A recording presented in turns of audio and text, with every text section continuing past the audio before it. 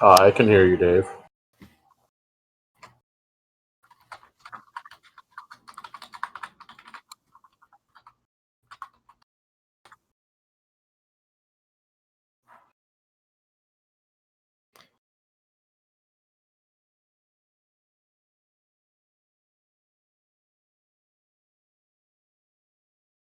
This is going to be an interesting show.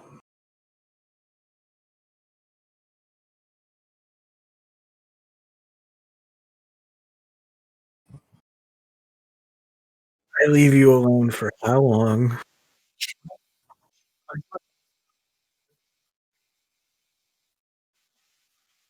All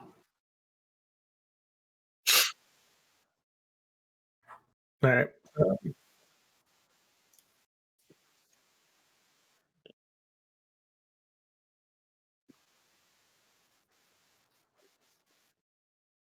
Everybody wants me to host the show, Dave. I'm sorry. gonna have to freeze you out.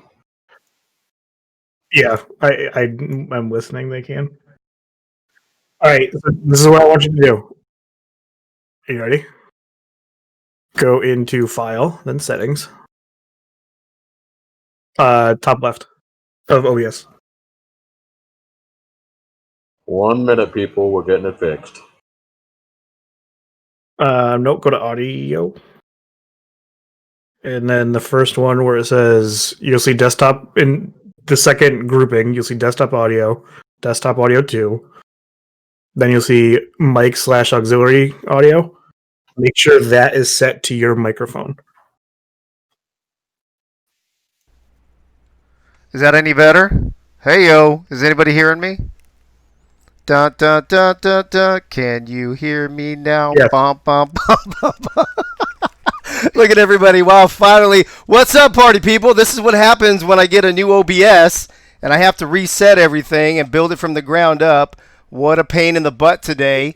Mike the Machine all. What's that, bro? I'm going back to my hole. I love All right, you. sounds good. All right, thank you, Wink. All right, party people, what's up? What's up, party people in the house? I know this is going to happen. Listen, I had to rebuild my entire OBS today from scratch. That's why there was no countdown. That's the only thing I didn't get to, except apparently making sure that my microphone was working. So, that being said, what's up, party people of the SFL? Welcome to episode 48 of Axis Live. I'm your host, Dave Axis, and thanks to everybody for being patient and waiting for me to get my act together over here so you guys can hear the show tonight. We have another great show. We've got Frank the Franchise Wade revealing his very first SFL 16 mock draft. I know there's a lot of SFLm players waiting to hear that one. That's going to be huge. We also have Tyler and Jack recapping Week 9 of the SFL Minor League, as well as previewing tomorrow night's SFLm playoff games. We're also going to be breaking down Sunday night's SFL All-Star Game with Eddie and Coach. And, of course, the wisest man in the SFL is with us tonight, and he'll be dropping his pearls of wisdom later on. And to top it all off, we have a special Axis After Dark segment tonight with a few owners and GMs coming in. They won't be coming into the After Dark portion to discuss whether draftees should be allowed or should, I guess, decline draft offers and, want to go to teams they want to go to. And if teams have the right or if they should draft them regardless of their wants and desires. So we'll talk about that at the end of the night. All right, let's see. Now that we actually have a party going, let's see who the party peeps are in the house tonight. Let me go back up to the top here. And the first person in was my favorite quarterback. What says your favorite quarterback? Nate Hall, D. Leathers, Joey Schwint is in the house. Hacker's back. Bob Funk, good to see you. Hubba Breezy, Jason France, Chucky B, Fierce Pierce, Ray's in the house. Jim Bo is in the house. Ethan Kai is back with us. Will Todd, Jack Lewis. Who else we got here? Extra Blue X, that's Frank, is here. Good to see you, bro. Freddie's in the house, of course. Charles is here. Bayou City Chef is back with us. Nate Hall, if I didn't already say you. QSMUV, don't know who you are, but welcome to the show. I think it's the first time I've seen you. Deep Sea, the Moose will get loose. There you go. Charleston Predators, Allen's in the house. Bo Martin Jr., what's up, Bo Martin Jr.? Chucky B, Cregan. Nacho's here, good to see you, bro. AJ's in the house, how you doing? Man, well, we got a lot of peeps here. Good for you guys. Benji Matson's in his house. What's up, Benji? I just know, the only thing I know about Benji tonight is he would have taken that blocked punt in the All-Star game and ran it back for a touchdown. That's all I'm saying. Let's see. I think that's about everybody. Andre Krim snuck in at the last second. Doug Day, who loves me very much. And let's see. That's about it, I think. Lots of you. Oh, Chris Lee. Saw you right there, too. I almost missed you. Mike All, 39 blocks. Oh, Pink Lisa, my lovely wife. Good thing I didn't cut out before I mentioned her. All right, I think that's finally it. Laced Up Lacey 2 is in the house. Gosh, there's a lot of people, a lot of names. I don't know what the numbers are right now. If anybody sees the numbers, throw it in the chat. I can't see it on the OBS, but it looks like we got a lot of peeps here, so that's good. Glad to have everybody. We got a great show. We're going to have a great party, and that we're actually started. So let's go ahead and get this party started by introducing tonight's panelists. First off, we have the head coach of the Lone Star Glory, the host of Coach's Corner, and one of the sexiest voices in the SFL. Coach Craven's with us. Coach, what's going on, bro? Dave, I just want to thank you for not trading me to the WFA.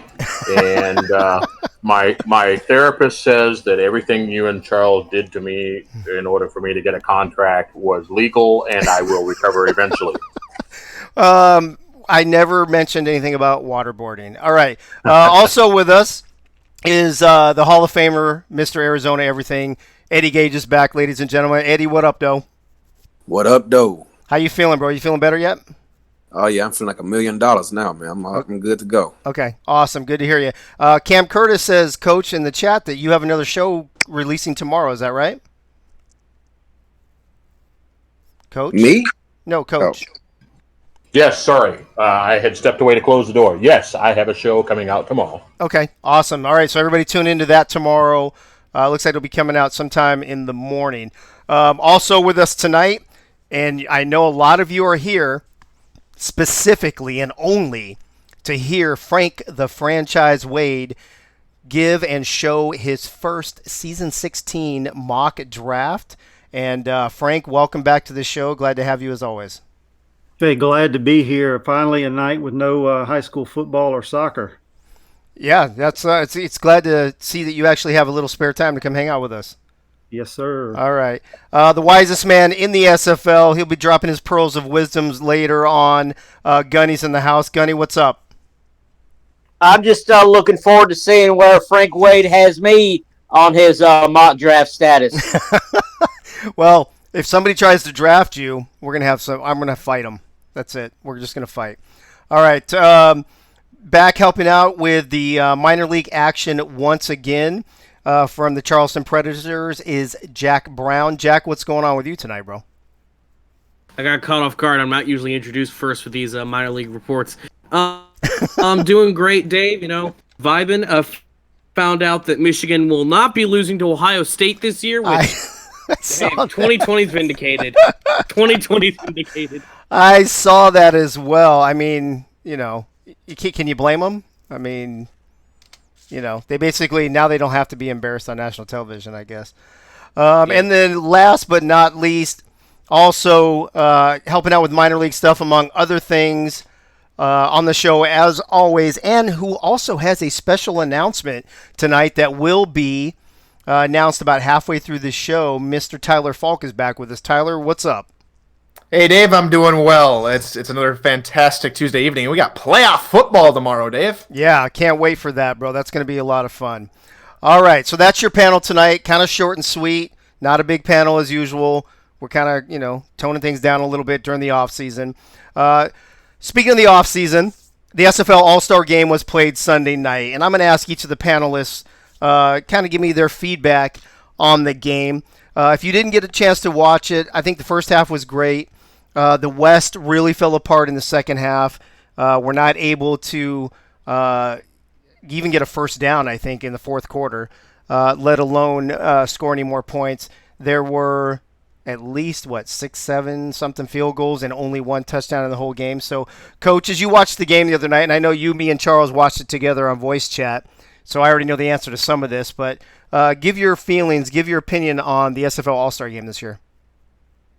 All-Star games are tricky, aren't they? Because you're putting together a playbook. You're probably trying to get a lot of people involved, and you might not necessarily put together the smoothest playbook.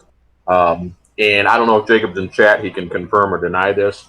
I think maybe we saw plays in the first half that we didn't see in the second half, plays that were working for the West. And, maybe they just had – you think about it, you get about 60 plays in a game, sometimes less. If you've got 100 or so plays in the playbook, you might have things that only get run once. And I think that probably is what happened in the second half. I'm not sure. Like I say, that's speculation on my part. I was intrigued to see them break out the bear front defense. That was a bold move. Yeah. Didn't bite them. I think if they'd happened to call a swing pass to Reggie Streeter when they had that going on, then we would have seen some fireworks. But it never happened, so it was kind of fun to watch.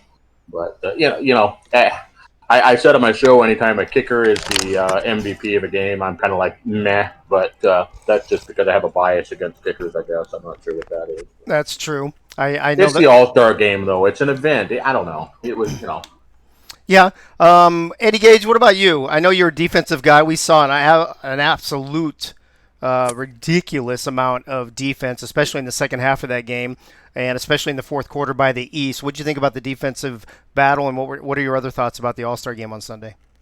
Come on, Dave. I know I'm gonna upset my quarterback when I say this, but offense sells tickets. But everyone knows defense win games.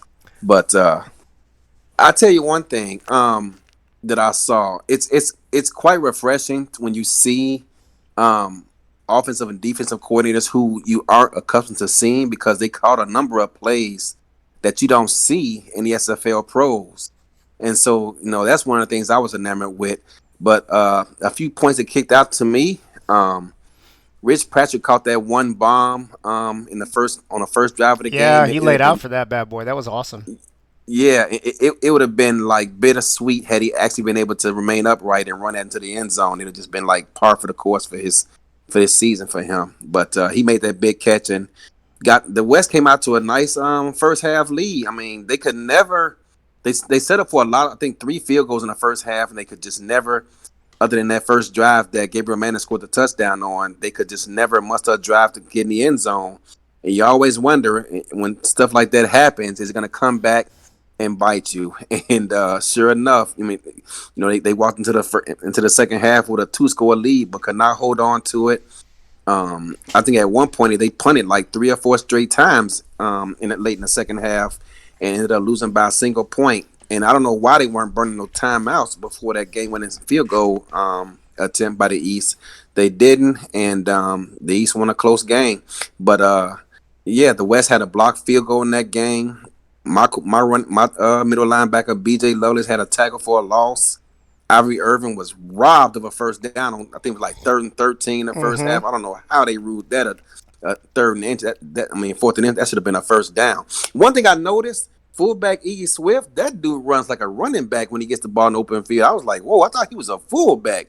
But one more thing about that game, and man, I hate to bring this smile to your face, but Lincoln King, if you guys keep up the way he's playing, he can go down as one of the best, not the, but one of the best strong safeties of all time in the SFL. That dude is a monster. It's crazy how much ground he can cover. I was looking at a couple plays he made, and he had a long way to go going sideline to sideline and found a way to get over there and make the play. I was like, man, this dude is impressive. So, whatever you guys feeding that guy over there, keep doing it, and because he's a handful.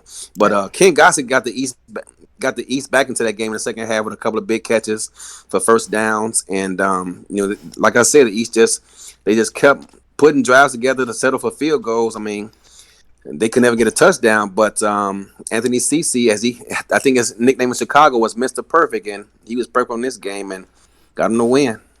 Yeah, I mean, there's a lot more to say, and I'll get to that in a second. I'm going to see. Oh, did we lose Frank? I was going to ask Frank if he had a chance to watch it. So when Frank comes back, I'll ask him about that. Before I go over to Gunny, though, I did want to say, hey, Cam, you're muted, bro. Let's see. Oh, Frank, there you go. Hey, Frank, I know you've been busy coaching and teaching and all kinds of stuff. Did you have a chance to watch the All-Star game much at all? I did watch a little bit of it. I was in and out. Dave, it seemed like my internet was frozen because every time I'd walk back to the screen to see what was going on, Anthony Cece was lining up for a field goal. I enjoyed the game because I was pulling for my old teammates and I was cheering for my new teammates. And everything, and then the block punt was exciting. This could have been a special teams all-star game with the block punt and all the field goals in there. But I did get to catch some of it. I thought it was exciting because I just love football for one. But to see some people like CC become the player of the game for all all he did and everything, winning the game for the East. I thought that was pretty cool. That is cool. Who's next? Let's see. I'm going to go to Gunny, but first I want to say I wish Cam was muted, bro. Boom. There's 2. There you go. Gunny, did you get a chance to watch the All-Star game? I did, and I'm still laughing at the commissioner's 3.5 over-under on the We're at 2 already. We're at 2 already. But yes, I did. What did you think about it? Well, being I was in Chicago with CC. Congratulations to him on 6 field goals. Since season 13, he's yet to miss a field goal yet from the day he was drafted by Chicago, now in Jacksonville. It was good to see Juke and Rukin with a sack, Lincoln King C with the interception, Adam Williams catching the ball, Yeah. Cam Collier running through the middle of the line, and the Mountain Men boys, the Caudells, blocking for the Western team. It was great to see 6 Lone Star Glory players out there. That was amazing. Cam has put in the chat that the odds makers have pulled the 3.5 over/under for corruption. Although at the beginning, since my mic was messed up, I bet a couple people probably said it to me, so we can deduct those. We'd probably be back to 0 on the over/under for that. Where's Jack's data? Where's Hunter Norwood when you need him? When something important goes down, Hunter Norwood is never around. We need to get Hey, Dave, I got another comment about the All-Star game. Hey, hold on, Eddie. You got to wait your turn, bro. I got to go to Jack Brown first, and then Tyler. All right, you got it, bro. Jack, did you get a chance to watch the game? And if so, what were your thoughts? I caught little bits and pieces of it, which I gotta say, as a man who played for the Eastern team, hallelujah, we did it. There you go. Did it again. Congrats, Jack, on Didn't that. think we could do it. There we go. That's all. That's all you got? That's it? All right, that's it. That's all he's got. Tyler Falk, before I go back to Eddie Gage, did you get a chance to watch the All-Star game on Sunday? And if so, what do you have to say about it? Yeah, I had the honor and privilege to be in the stats truck with Mark Lopez during the game, so that was a whole lot of fun in itself. So, for me, compared to a similarly acronymed league, this was a lot more fun to watch. I enjoyed this close defensive battle throughout. At the end where the West just kind of let everything go. I mean, that just shows the quality in the teams throughout the entire game. The defenses really showed up to play throughout the entire game, and I could not have enjoyed myself during the game. Gotcha. Eddie Gage, what else you got to say about the All-Star game? Now, Cam mentioned this during the game, but there were a few quarterback, not scrambles, but in which they were trying to elude the defensive line a few times during the game, including one Sully Richardson made, I believe it was in the third quarter, in which I don't know how he got out of that jam and threw the ball downfield. And I'd like for him, I see he's commenting out here. Did he put this game on set on legend, or was it just the all-star or all-pro settings? Because those quarterbacks on both teams made a number of elusive moves to avoid would-be tacklers. Well, let's see if Cam listens. Oh, he says right there it was on all-pro. He just said in the chat, not legend. All right. All right, cool. There you go.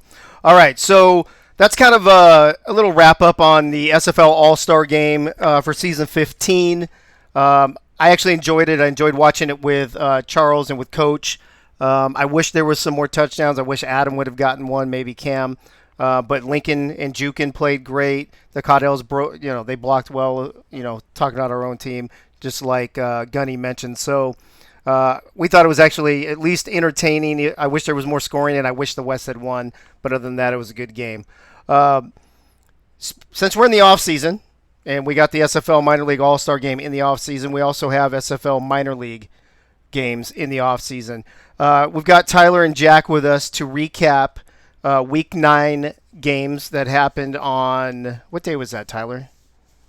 Was that this weekend? Yeah, this past Friday. Friday. That's Friday. That's right. The final week of the season. Okay. I'm not sure the order of the games that you guys are going to go and who's going to go, but you guys start knocking them out, and I'll ask questions in between. I'll take the first one. Jack, you got the middle two, and I'll wrap it up. How about that? Sound good to you? Sounds wonderful. All right, so we'll go in order in which they were aired. So the first game we're going to talk about tonight is the Madison Lynx and Salt Lake City Rustlers. And this game was important for both teams. Madison needed a win and in, and Salt Lake City needed a win and hope. And boy, did Salt Lake City come to play. After getting shocked at home by Tacoma, they come out and absolutely dominate the game from start to finish. Don't let that scoreline fool you. The last 14 points in the fourth quarter were were let back in due to just the Salt Lake City just being comfortable, we'll call it. But all credit to Madison, they had a decent season, not the season they would have hoped for, but for Salt Lake, they needed that game to start on the right footing in order to ensure that they would at least have a chance by the end of the night for them to make the playoffs. A couple stats to note: Madison had 3 fourth down attempts, and they converted all 3 times. But that still wasn't enough to take down the Rustlers. Notable players: Tommy Utah had 80% completion percentage, 3 touchdowns, no interceptions. He had a phenomenal day. He got Kelsey Brown and Kingston Ellington involved, both combining for over 87 yards combined total. So Salt Lake's going to be tough to beat in the playoffs, and I'll have more to cover on them once we get there. Jack, over to you. All right, Tyler. So we're going to send it down to Alabama, where the Albuquerque Adams and the Birmingham Fuel faced off for the SFLm regular season title. Every team plays everyone once, so hey, ain't it funny how this worked out. So Birmingham, of course, were looking poised down most season to take number 1 overall, but Albuquerque able to hold on, take the win. Led off the back of their air raid offense. PJ Slaughter having 245 yards on the day with 2 touchdowns and an interception to boot. Did also get sacked once. Birmingham did their usual, the 349 yards passing, but just 19 yards rushing. 19 yards through 44 minutes of football. That is not what you want to see when heading into the playoffs. It's kind of funny how you could also just think about this yesterday, where you had the Pittsburgh Steelers. They lost to the Washington football team. They have a similar problem with the Fuel do. Not a lot of running. They need to get the running game established. For Albuquerque, though, they did what they need to do, and hey, they're in the playoffs, and they're poised to hopefully make a championship run. But as Tyler said, they're having to take on Salt Lake City, and they're no pushover. What's the other game you got? All right. So next up on the docket for my end, it is Memphis at Ottawa. For Ottawa, it was relatively similar situation. Just get the win, and they're in. Well, they didn't get the win. Simple as. Memphis, the River Runners, the expansion team, put up 230 passing yards on the day, but also on top of that, O.J. Bruin. Not O.J. Bruin. I got it confused. They used both their quarterback yesterday during the game. But G.P. Wells rushed for 117 yards on the day. His longest, of course, being a 50-yard touchdown run. Just that was the difference maker. That rushing game of Memphis, they were able to pull through and they were able to win it. For Ottawa, a rather disappointing end to the season. Once poised one of the top 2 teams in the league, now they're going to have to sit out of the playoffs and watch as the madness unfolds in front of them. But it's not like they had a bad season either. They were definitely one of the better teams in the league.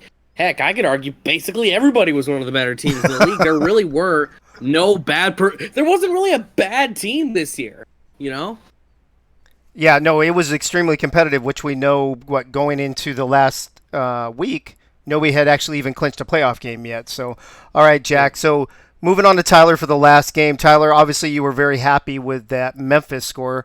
Tell me about the last game on Friday night.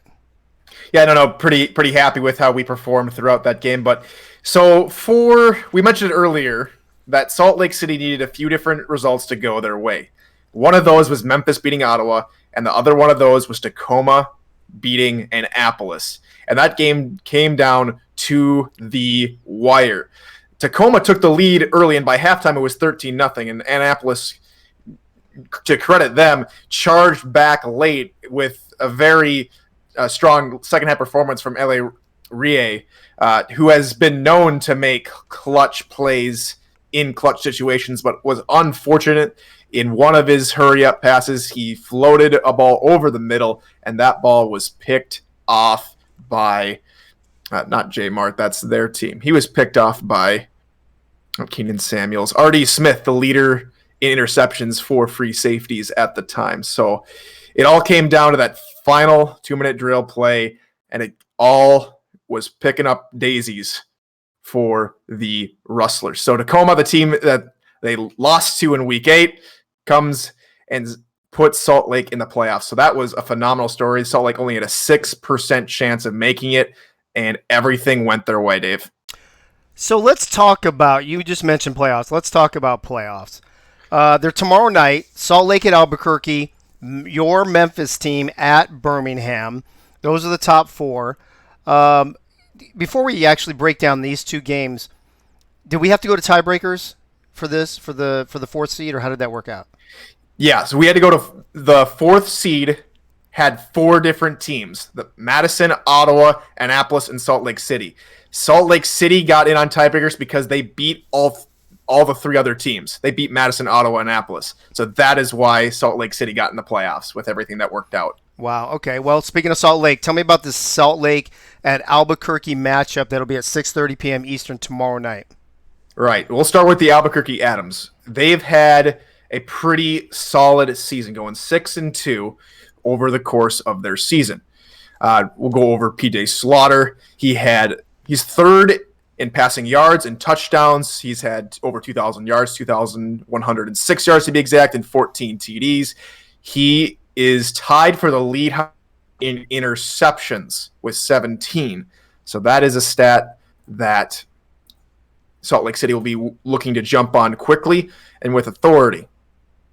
Going on to Douglas Brown, the running back. He is the first in terms of all of the playoff teams in running backs for receptions. He's got 48 receptions, which leads the playoff team running backs. Cal Finnemore and Nate Ritters are 2 dynamic wide receivers. They rank 1st and 2nd in wide receivers in yards per catch. Finnemore was 17.8 and Ritters was 16.2. So look for them to be involved early and often throughout the game. On defense, you can't say enough good things about Cliff Grizzly. He leads the league in sacks with 7.5. He is an absolute beast on the line. Look for him to be making some plays and getting to Tommy Utah in the backfield early and often. And the cornerbacks, they're very good. Adam Leach and Marco Swift. Leach is tied for 2nd with all cornerbacks with interceptions, and Marco Swift is tied for 2nd in the entire league with interceptions with 5.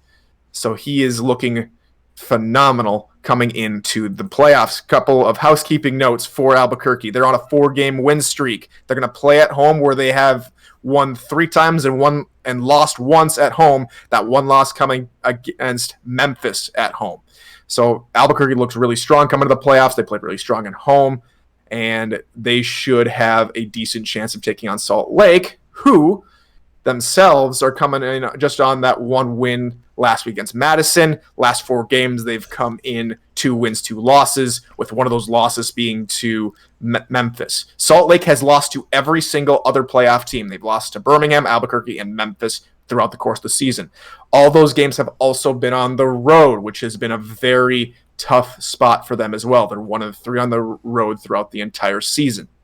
Also for the Salt Lake City Rustlers, when I was looking at this game, I was thinking first seed's got a really nice chance. I might have to retract my statement about that I made in the SFL Gen Chat about there being not a 1-2 spot. But then I took a deeper dive into Salt Lake. Their offense is scary. Tommy Utah is efficient. He leads all quarterbacks in the playoffs with completion percentage with 72% the regular season. Brooke Beisel may be a running back at heart, but she has been really heavily involved throughout the passing game. She leads the league with running backs for passing touchdowns with 4. Kelsey Brown is 3rd in receptions for the entire league, 2nd among wide receivers with 57 receptions. Kingston Ellington is tied for 1st in receiving touchdowns with 7. He also is tied up with, I believe, Ritters of Albuquerque. Lauren Prococo is a very reliable tight end. She has the most receptions among tight ends. So they might not have the flashiest numbers. They might not have the direct stats to compete against Albuquerque, but Salt Lake City is going to be dangerous in the playoffs. They hardly make mistakes, and they are very good on offense. My prediction for this game, Dave, is I'm seeing an upset. It's going to be a narrow upset, but I'm thinking Salt Lake City takes this one 23-20. Well, Winkler in the chat apparently disagrees with you. He said something. Let's see if I can find it real quick. If Albuquerque doesn't win, I think it's 100% a letdown. This is 100% their championship to lose right now. But, I mean, as we talked before, this season's a lot closer than last season. So it could literally be anybody's trophy to take home. What about this Memphis team that I think you know a little bit about at Birmingham? Well, I'm going to have Dave cover, or not Dave, but I'm going to have Jack cover this one. But no, from looking at the outside in, I'm going to put an asterisk against the result, the lopsided scoreline, just because we had it go in hex on us. But no, I have more than enough respect for Birmingham in this game. In fact, I have to pick against my team in this one. I'm picking Birmingham to win this one 24-17. Wow. Jack, do you agree? What? Give me the breakdown of this Memphis at Birmingham game. All right, so as Tyler referred to, the last time these two teams met up, I called the game, actually. It wasn't pretty. It was 42-8 the final, and Memphis didn't even get into the end zone. It was 2 field goals and possibly the weirdest safety I've ever seen. But that's beside the point. That was several weeks ago. I was still in my college dorm when the game was played. But now I'm at home. And these two teams, they're ready to fight. When it comes to the offensive side of the ball, there is nothing that can be... What has not been said about Birmingham's air raid offense? Right. It is historic how good that air raid has been. They were breaking records for the SFLm back in week 4, week 5. You're breaking records for season-long accomplishments in the middle of the season. That is already something that is unfathomable.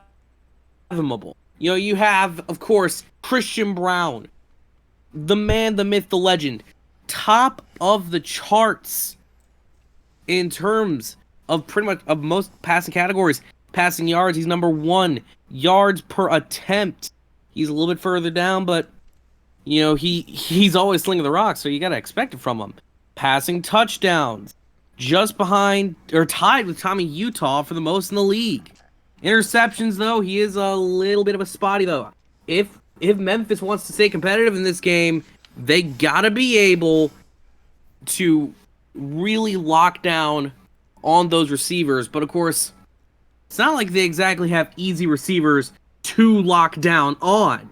You are talking about none other than Riley Quintero and Tucker Warner at receiver. These two, how else do I put it?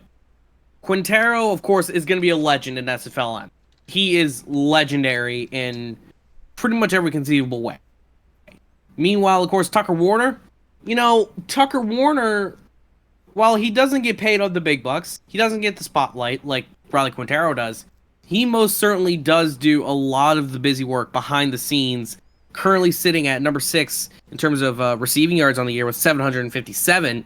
Meanwhile, Riley Quintero nearly has 1,000. So that's going to be, of course, the big thing for Birmingham is that you got to just keep it up in the air. You know, their rushing game is not the best. You know, Squarebush and Charlemagne Cornelius, they're receiving backs. Of course, they are, 2 of the, if I'm not mistaken, 5 backfieldsmen in the entire SFLm who have a touchdown, and of course, Squarebush is one of the very, very few to have multiple receiving touchdowns as a running back, no less. But meanwhile, when it comes to Memphis's offensive production, they got 2 scary weapons at quarterback at Joseph Green and OJ Bruin. These 2 guys, they're something. Now, of course, they do alternate in and out on a regular basis, but they both are among the top in yards per attempt. Both have just really good stats, especially considering how few games they play. And, of course, in terms of the rushing attack, Memphis has got them beat.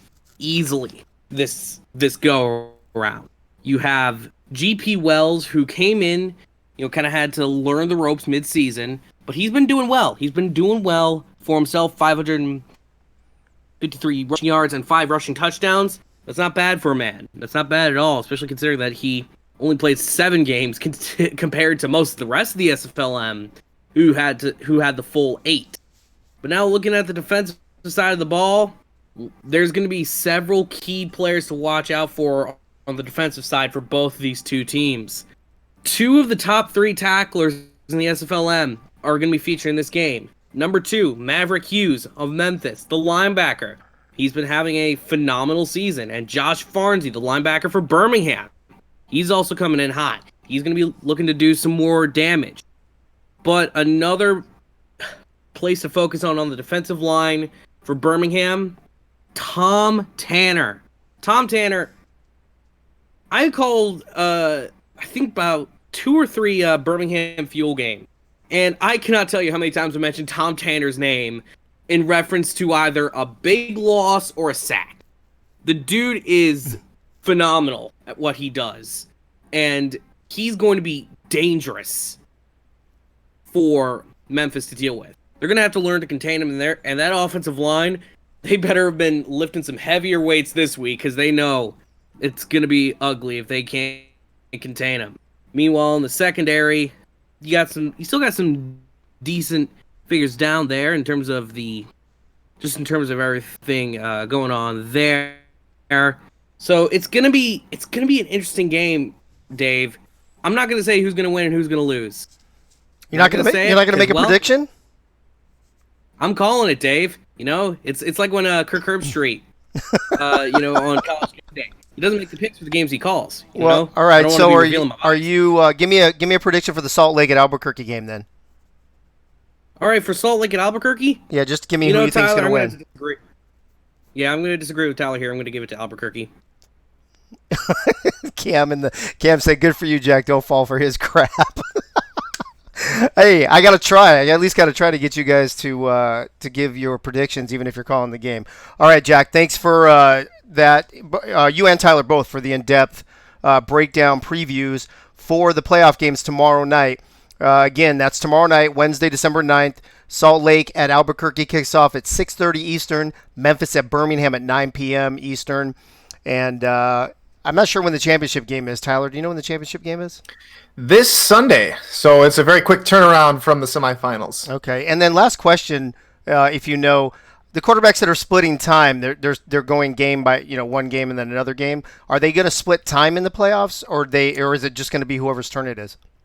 That would be a question for the coaching staff. I'm not privy to that conversation. Yeah, maybe Cam knows. If Cam's listening in there, he'll know.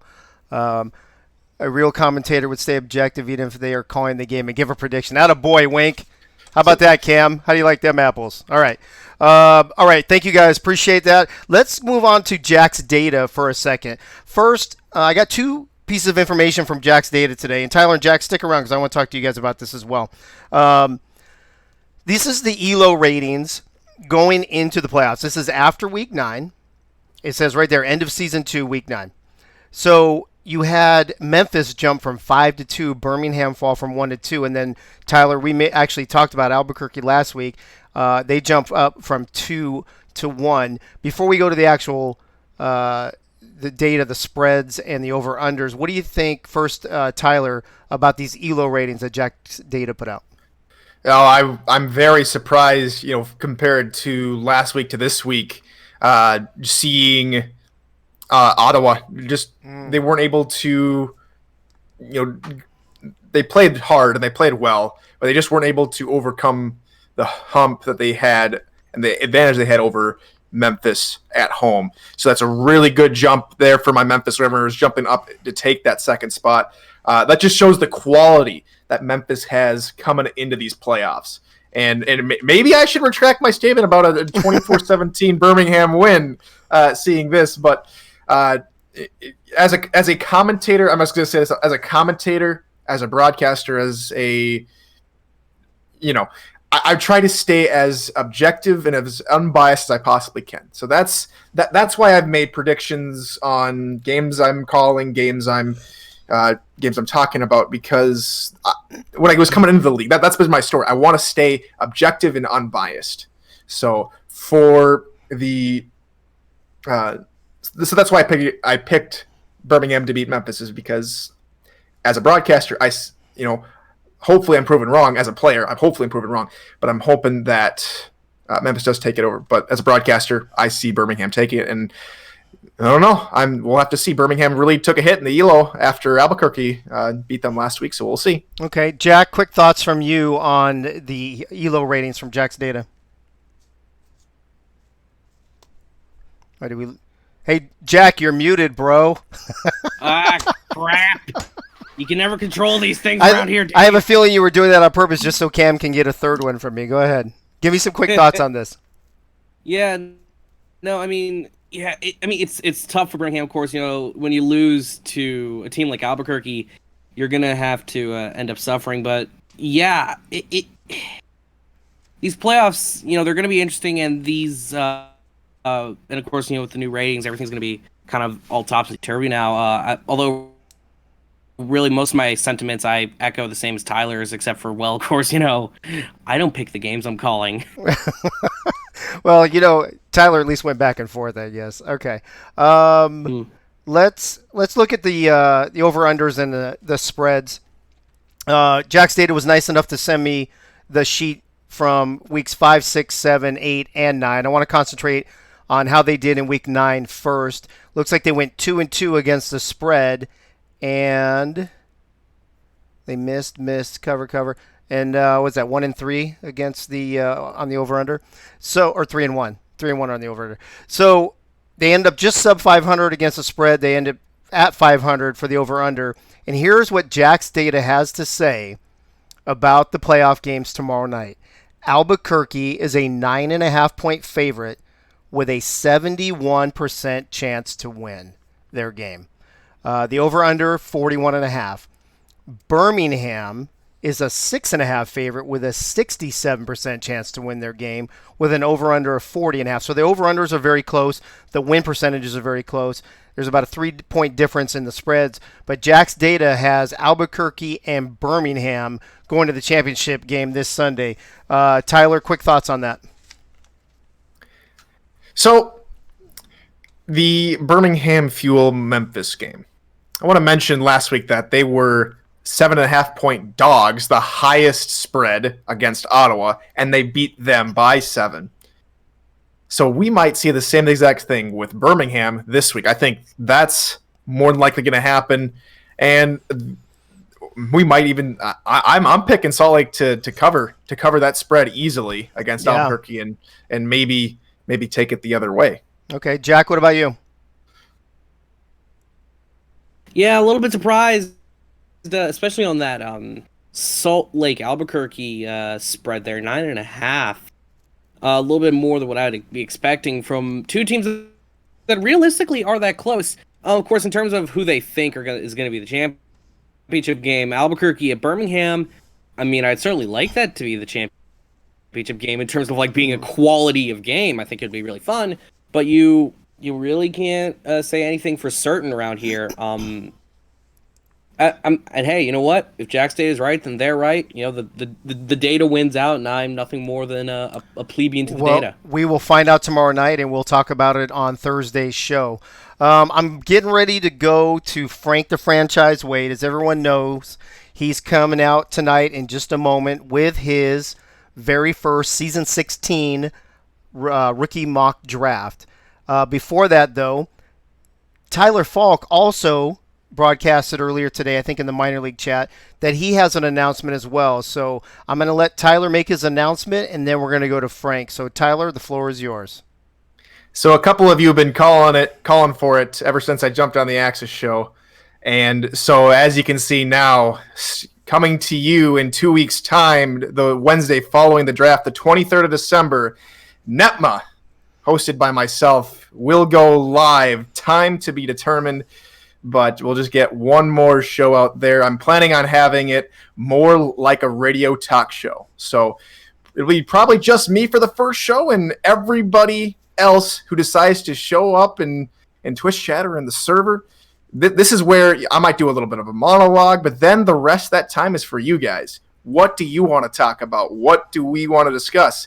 Be like a little call-in section.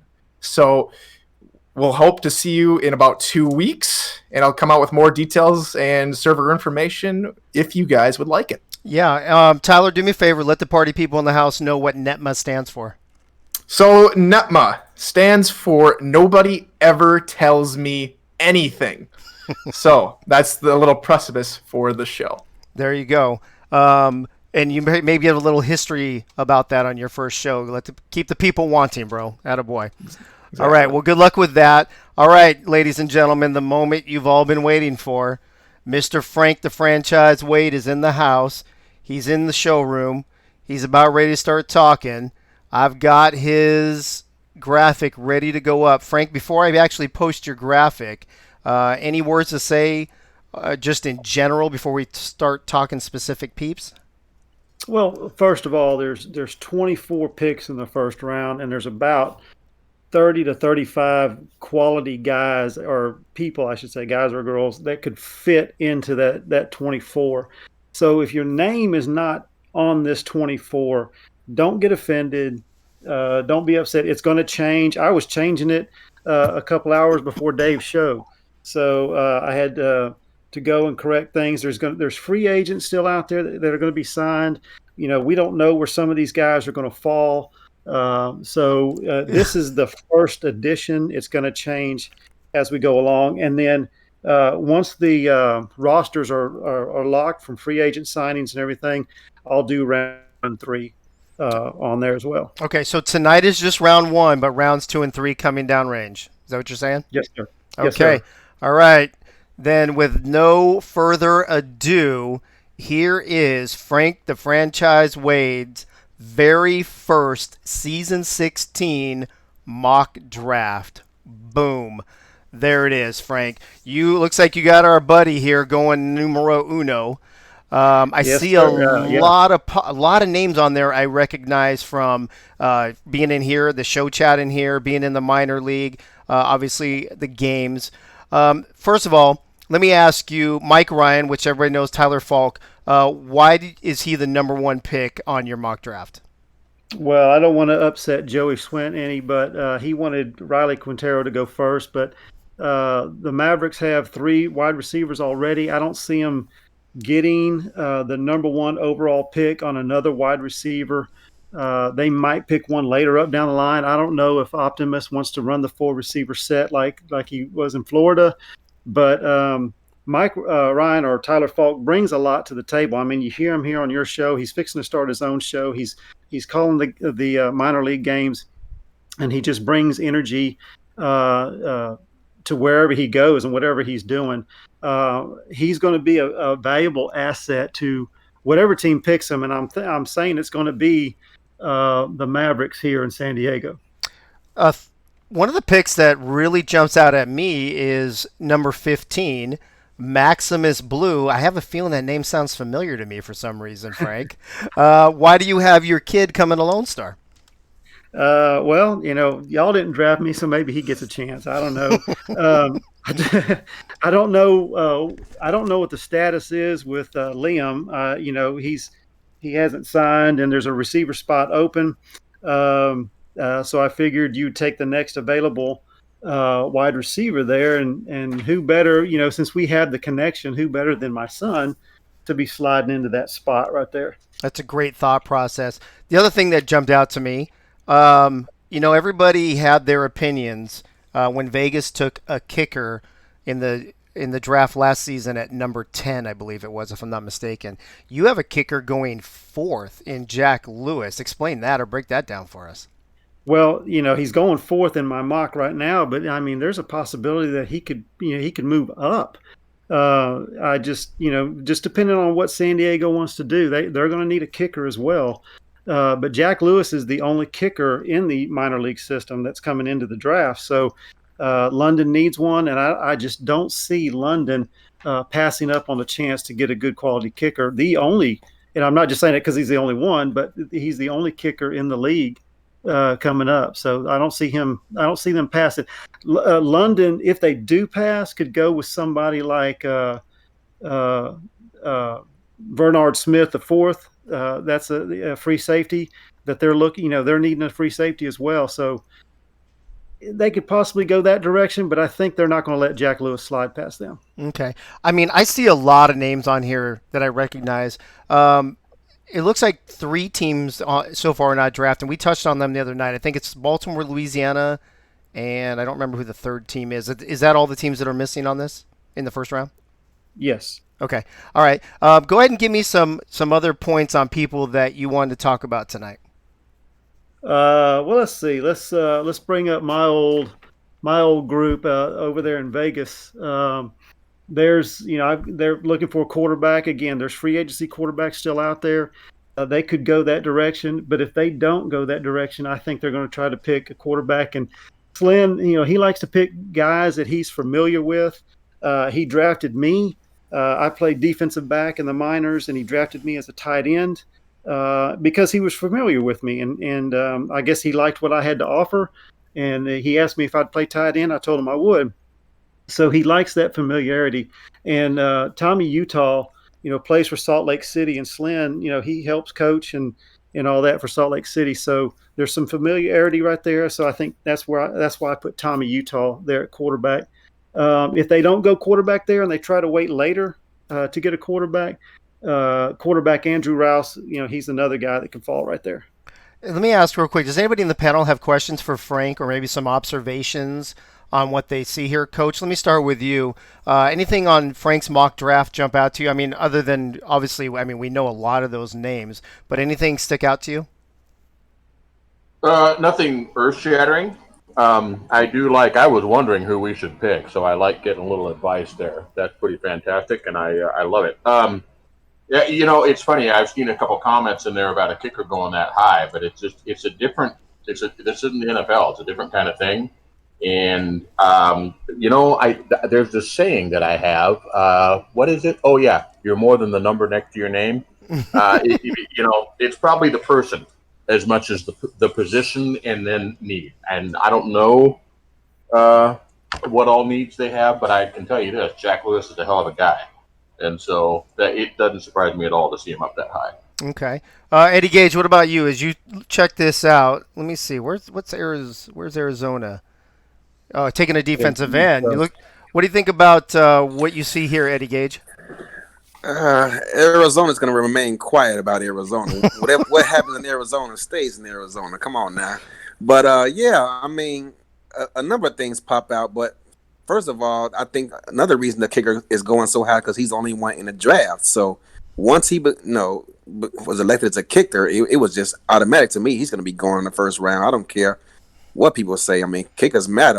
Denver proved that a couple of times last season. Look at the All-Star against Charleston. And look at the All-Star game on Sunday.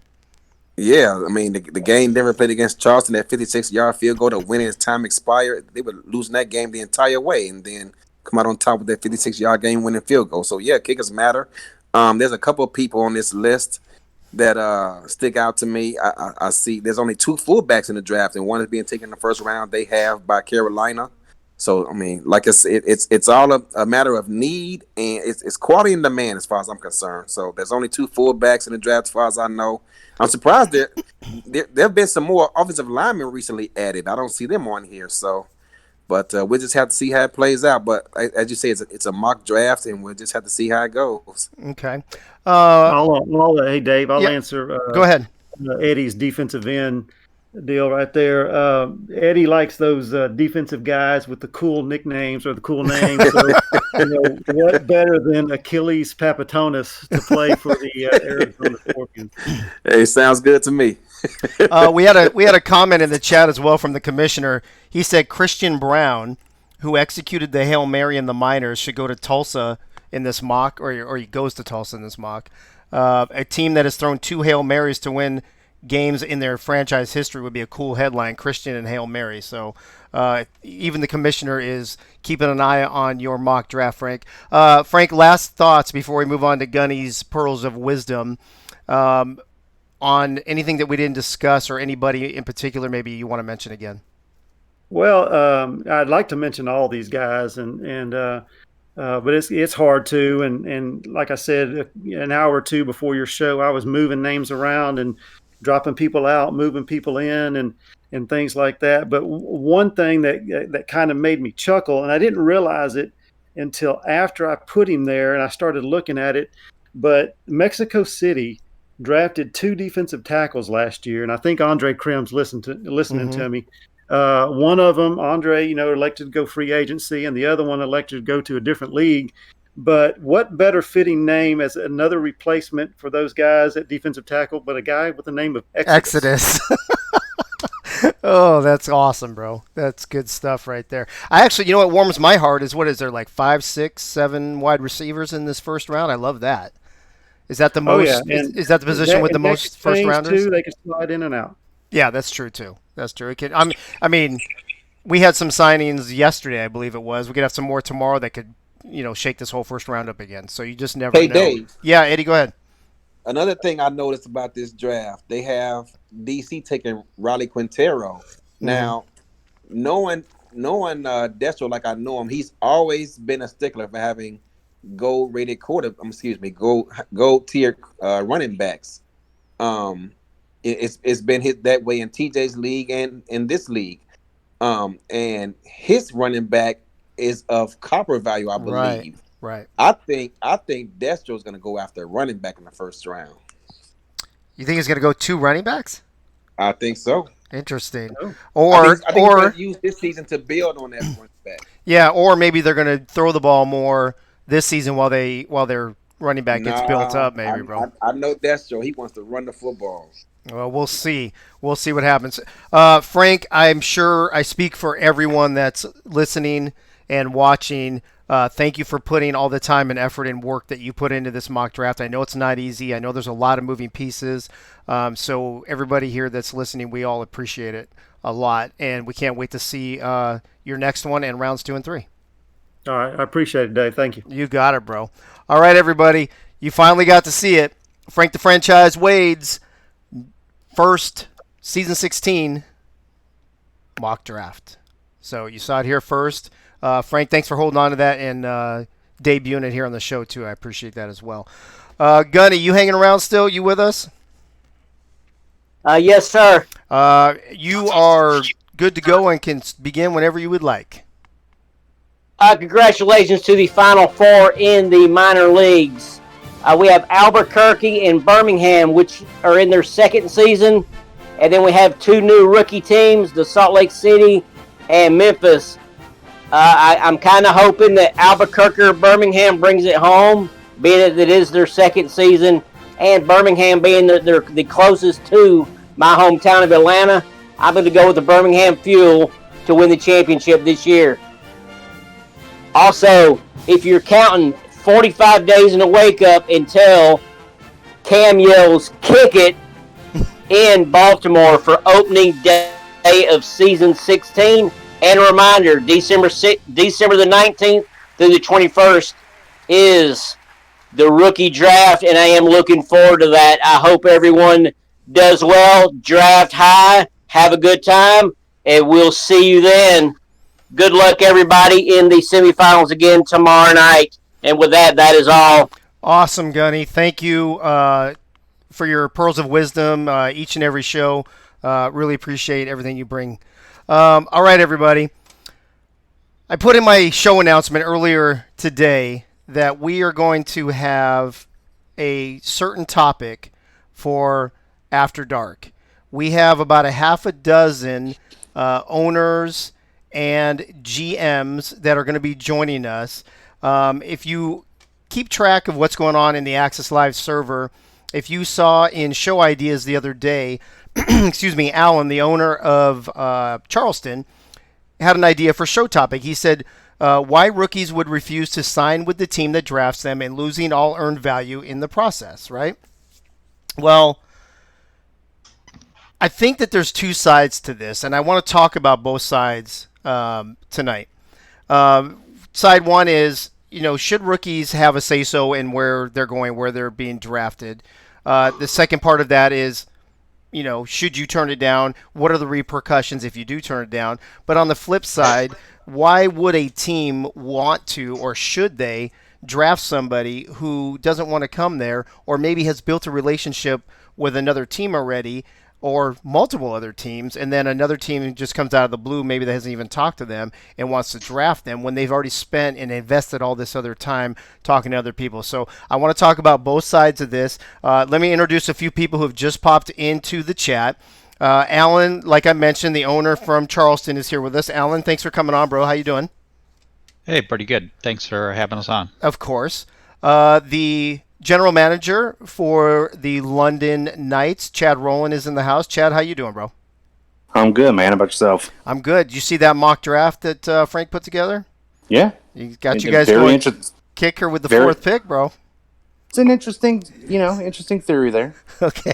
The owner of the glorious Lone Star Glory, Charles Doherty, is in the house. Charles, what's up? Mr. Master. I knew you were going to say that, stupid. All right, let me see. Tutu. It's been a while since we talked to this guy. Glad to have him back in the league. Glad to have him back on the show. Gerald Smith is with us. Gerald, how you doing, bro? Good to have you back. Doing real good. Hope you guys are doing good this evening as well. We are doing outstanding. And then the last but not least, the co-owner of Fort Worth, Nacho Sicario, is here with us this evening as well. Nacho, what's up? Hey, what's going on, Dave? Thanks for having me, man. Yeah, of course. Thanks for coming on. I appreciate it. So, Alan, let's start with you since you brought the topic up.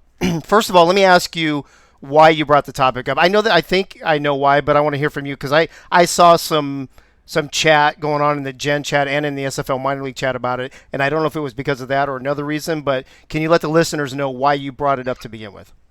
It's just a reoccurring issue that it happens. It's almost like the people not being able to sign with teams because they announced too early.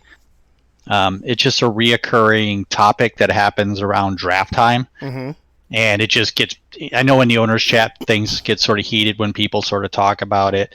And I know in general chat, people get heated when they talk about it. So it's just one of those things that I felt would be a good thing.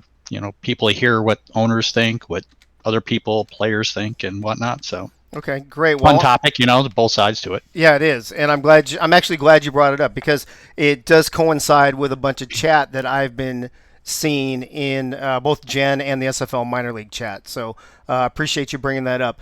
Chad, let me start with you. First of all, what's your take on that situation? You've been a player and you've been a GM, and so you can see both sides of this situation. So let me and the listeners know kind of where you stand on it. I mean, where I stand is kind of like what I was talking with, Nacho before we all came on here. This is a players' league. We promote it as a players' league. So, my feeling is as a rookie, I was not drafted in the SFL. I was actually signed on as a GM before the season was over in 2013. So I didn't get a chance to do the draft process from that end of it, but I've been part of the draft process as far as being a general manager. So doing all these interviews and everything, I have found out that, sometimes some guys may not, feel a good vibe from me, or I may not feel a good vibe from a rookie. And other rookies may feel, something, like there's a really good connection there. And so they would prefer to play for that team. Like we said, it's a players' league. So really, ultimately, if the player chooses not to sign or whatever, then that's their choice. As a franchise, and as a league and a community, we just have to support that. Okay. Charles, let me go to you next. Do you agree with what Chad said, or do you have a different spin on it? Well, I'm going to go back to what my grandpa told me. Okay. He said, don't hang around with that Axis punk. He's bad news. No, sorry. No, what he said your other grandpa said that. Yeah, he said, don't date girls that don't like you. Don't marry a girl that doesn't love you. And don't sign or draft a player in the SFL that don't want to be on your team. Your grandfather was wise beyond his years, bro. Well, then, I mean, is that really what your thought process is when it comes to? So here, from my standpoint, I'll put in perspective from last season. Wally and I we bought Seattle, and before the season started, it was just the two of us in the locker room. We had no one, and that's kind of the fun part of being an owner of the league, is to bring in the right people that can help you bring in the right people to fill your locker room. And that's what we did. We brought you in, we brought Coach in, and we all busted our you-know-whats, and we filled the locker room. And we didn't have extra points. We didn't have extra anything. We just did what we needed to do to get the job done. Okay. Eddie, I'm going to skip you for right now. I'm going to come back to you at the end, though, since you've already had some time. Let me go to Gerald first. Gerald, where do you stand on this situation? I'm on board with what Charles was saying. It's I mean, last season, there were some players that we talked to that end up through the whole interview process and stuff like that they felt like they were best suited going to another team, and they didn't specifically request that we didn't draft them, but they made it pretty clear that they were interested in another team. And me as an owner, I sit back and think, I'm like, well, do I want a guy on my team who isn't all in with our team? So I'd only be hurting myself, and then also taking the chance that the guy just wouldn't sign at all. So I mean, these guys are paying to be here just like every other player. And, from my perspective, the fact that they are paying to be here also gives them somewhat of a choice. Whether they want to go here or there. It may not be the popular opinion by some, but I think that they do, have somewhat of a say as to, where they want to be. Okay. Nacho, let me ask you the same question before I change up the question and go to Eddie Gage. What's your take on this situation? Well, I mean, I kind of feel the same way. We don't want to draft somebody that doesn't want to be on our team. But if it gets to the point where other owners are telling players not to get drafted or not to even entertain somebody else, I mean, I personally wouldn't do that. But to the point of drafting them, I'm not going to do that, because even with like last season, Taco Sicario, that was somebody that I wanted to draft, and we didn't tell him don't tell other teams to draft you because you're not going to sign. Don't even tell them that. Where you're going to pay up. We had to pay up a first round pick for him. So if you want somebody, you're going to pay up. So it's just like with David Horrell as well. It's somebody that you attract that's attracted that you really, really want. So you're going to pay up for that. You're going to pay the premium price. Okay, so Eddie Gage, let me kind of spin a little bit about what Nacho was saying. So you've got some guys that might be like, hey, I've got my eyes set on one team only and telling 23 other teams, I don't want to be with you. I don't agree with that part, and I think that's kind of what Nacho was alluding to. On the other hand, though, if I'm talking to 3, 4, 5, maybe 6 teams that are all interested in me, and then a team comes out of the blue at the last minute, or a team that I'm not interested in and says, hey, we're going to draft you, we want to draft you, and I politely say, I'm sorry, I'm talking to some other teams, there's some other better situations for me, blah, blah, blah. What's wrong with that? Eddie Gage, you're muted, bro. Oh, Cam, what is that, 4, 5? Two-part answer, Dave. Number one, I'm going to give you a perfect example, and that example lies right in Arizona. We have a player who I was on, and pardon me for getting the name of the show, but the team in Portland has a radio show they do every Saturday night. And I was on one of his shows. He asked me to be a guest on a show, and I did. And immediately after the show, I got a DM from a player who was a rookie in this season. He's a rookie in SFLm. And he hit me up, and he was just... He's basically, in a nutshell, he was enamored by the excitement that I brought in the show. He said he could feel the passion that I brought, and he could feel my energy, and he just knew that Arizona would be the right spot for him because he wanted to be with like-minded individuals like himself to be on that team. And to hear that coming from an owner, he thought was awesome. And ever since then, this guy has been DMing me every freaking day. all day, several times a day. And he's like, hey man, I want to be a part of your team. Please draft me, keep me in mind. If I happen to fall to you, please draft me. I mean, all the time. It's like constant. I got his cell phone number already, all of that stuff. And so I brought him into the conversation with my GMs, and we've been talking to him probably about 2 months. I don't know how long it's been.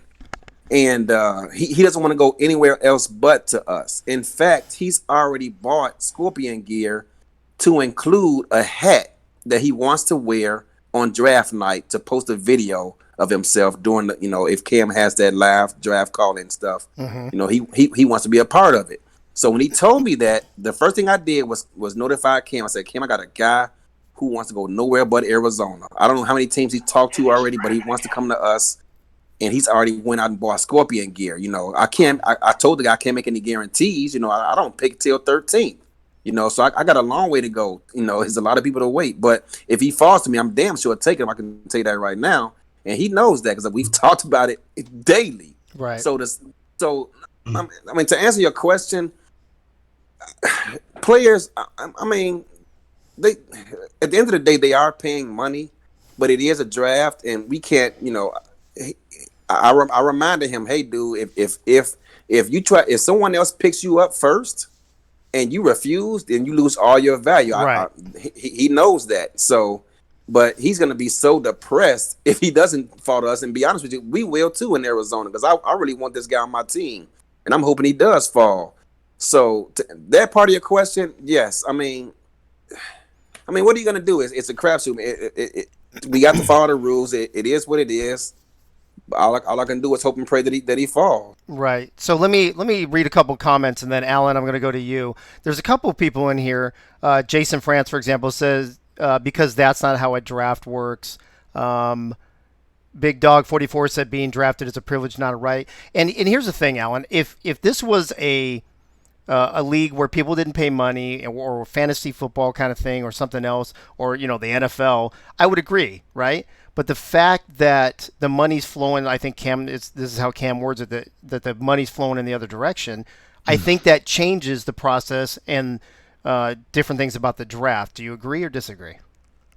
Well, I don't know if there's a degree or disagree in that statement. It's the draft, right? Let's go ahead and talk about what the Cam sells when it comes to the SFL. It is the player experience of being a simulation football league. So if somebody wants to, I'm going to start like right off the bat. Anybody says it's a players league and they pay, well, okay, how much money did you pay to play compared to what I pay per season to have my team? Oh wait, how much did you pay to be able to purchase your gear?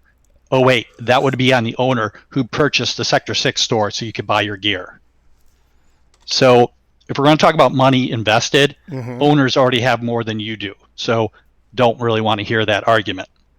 Okay. So now let's talk about the experience, right? You want to play, you want to be in the minors, you want to get drafted. Cool. There's nothing that says you're going to get drafted by the team you want to be drafted by. It doesn't work like that in the NFL or any of these other leagues where you get drafted by the team that wants you. Here's the thing. It's a 1-season contract. If you don't really like it, get out, go join free agency, and join the team that you want to play on. Now, as an owner, just so we know, the team you forgot to mention that didn't have to draft was Charleston, Mr. Axis. Oh, I knew there was a third team. Well, you know what? Jack should have said something then. Now, here's the deal. And why is the reason like that? Is because most owners and most teams, we're not going to go after people that don't want to be on our teams. What we understand as owners and general managers, that the only thing that's going to make a team is somebody who's going to stick with us. Right. Now, the problems I have, and this is where it just irks the hell out of me, and I wanted to have this conversation, is there are times to where a team might need to have that one key player in a position to make their system work. In particular, the things like kickers, punters, offensive line. There's only a handful of those that even show up in the draft. And for certain people, they've been waiting. Owners have been waiting to get these players on their team, but they can't because they don't exist.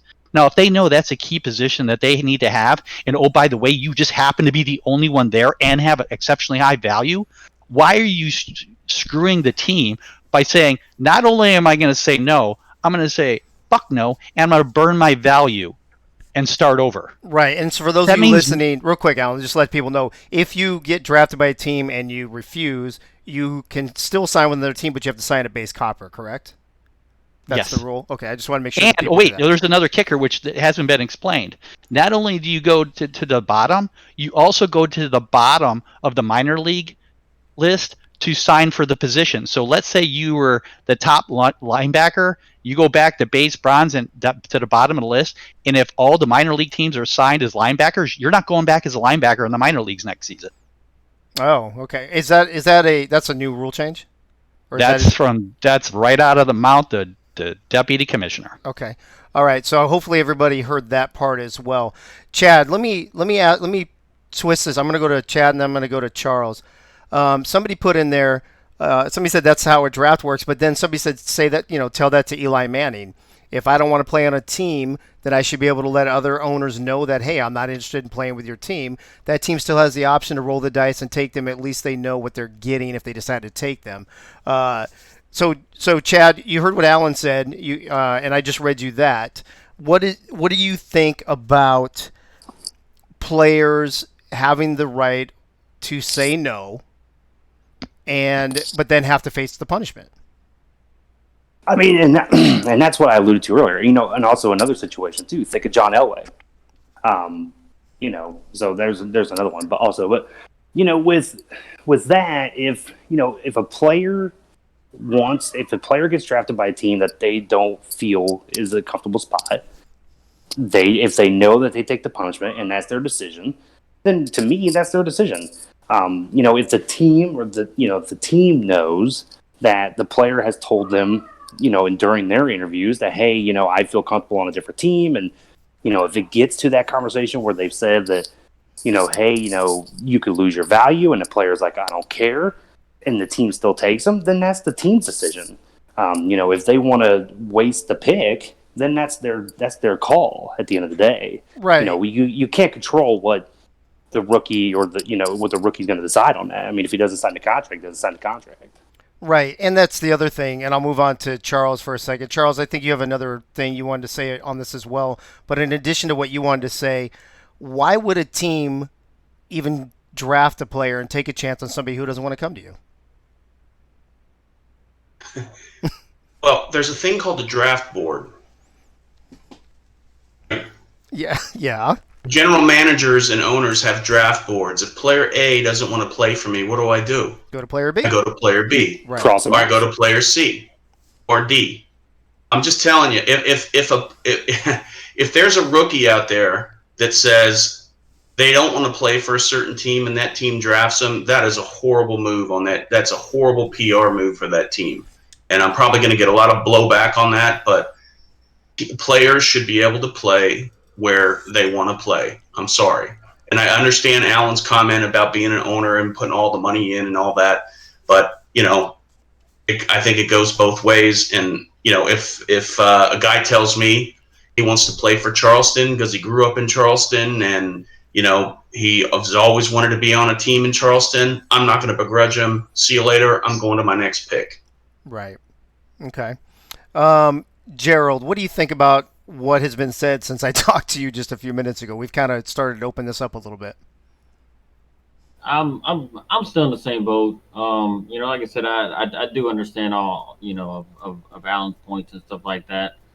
But I just can't see why anybody would want to draft someone on their team that has no desire to be on that team. It's only just making it a rough experience for the player right off the bat, which is really not what they were, joined to have happen, right? I mean, you're just going to be unhappy and he's going to miss progression and then you're going to cut him anyway or whatever, or whatever it is. And another thing too that's kind of hadn't been really brought up with these rookies and the minors. I mean, we have 3 subscription tiers for the league. We have the prospect, the rookie, and the pro. So if all these rookies just grab rookie subscriptions until they get drafted, because of rookie subscription, it makes them eligible to get drafted, and they can only sign their contract when they upgrade to pro subscription.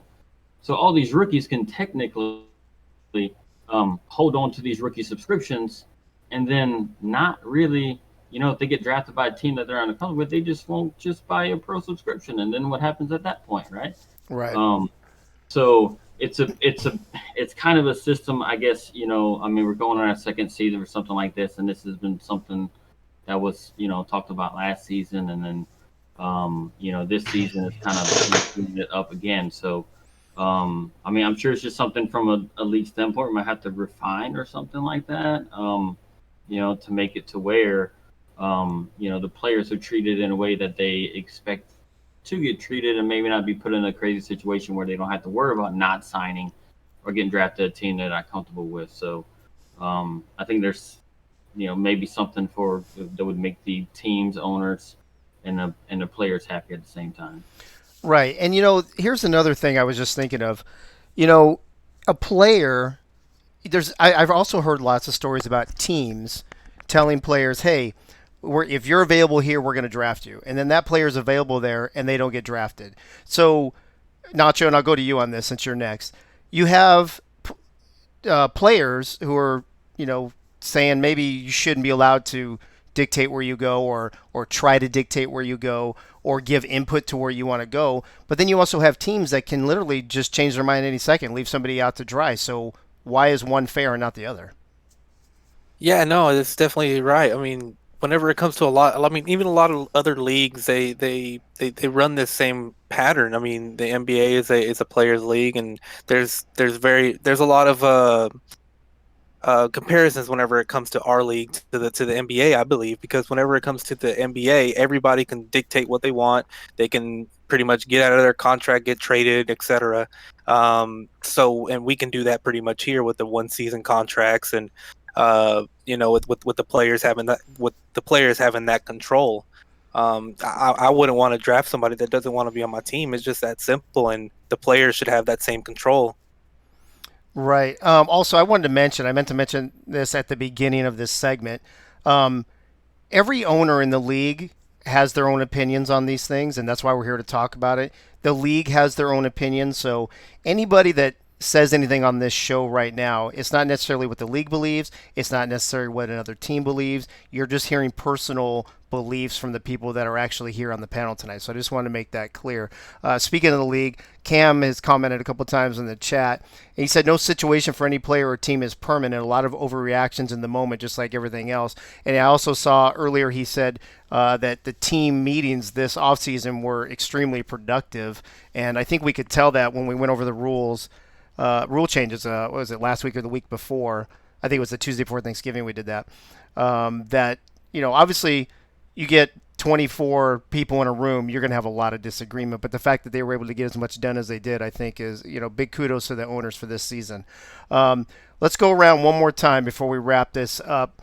Alan, I'll go back to you, back to the top. Based on what you've heard from some of the other owners and the GMs, and I'm not sure if you're following along in the chat, there's a lot of chat going on right now.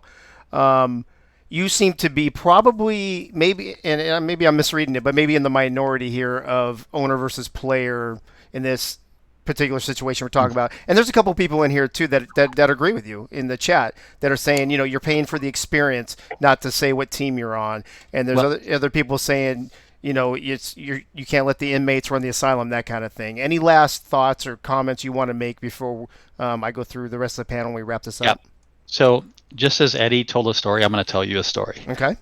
When I joined the league, I put in what my positions I wanted to be. Right. I get to the draft. I'm falling down the board, first round.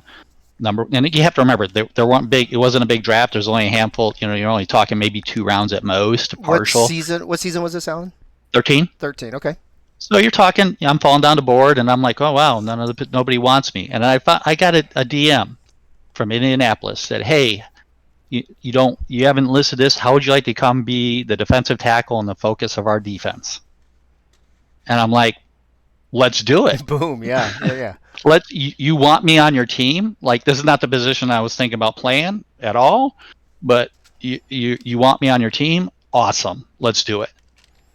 Lo and behold, a couple seasons later, I'm a co-owner.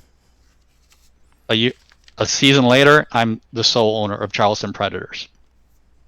So what I would say is the reason I had that experience is because I wasn't set. And trust me, there was plenty of teams that I really would have liked to, and they said, "Hey, if you're here, we're going to draft you. We're going to pick you at this position, yada yada yada." And I was really like, I would have been stoked to go on those teams. Well, but I had a whole different experience that went into it. Now, Right. I just want to say, and again, when it goes into it, the minority, am I the minority in this? No, I'm going to tell you right now. If somebody tells me they don't want to be on my team, you've burnt that bridge, and I'm going to let you know, like you did. If a team drafts any player, and they decide not to go to that team, just be aware your name is known in the owner's chat. Right? We know what your character is, so just be aware of what bridge you burned. Like when it comes to the view that the owners are going to have at you when they start to look at whether or not they're going to pick you up in free agency. And that's on you.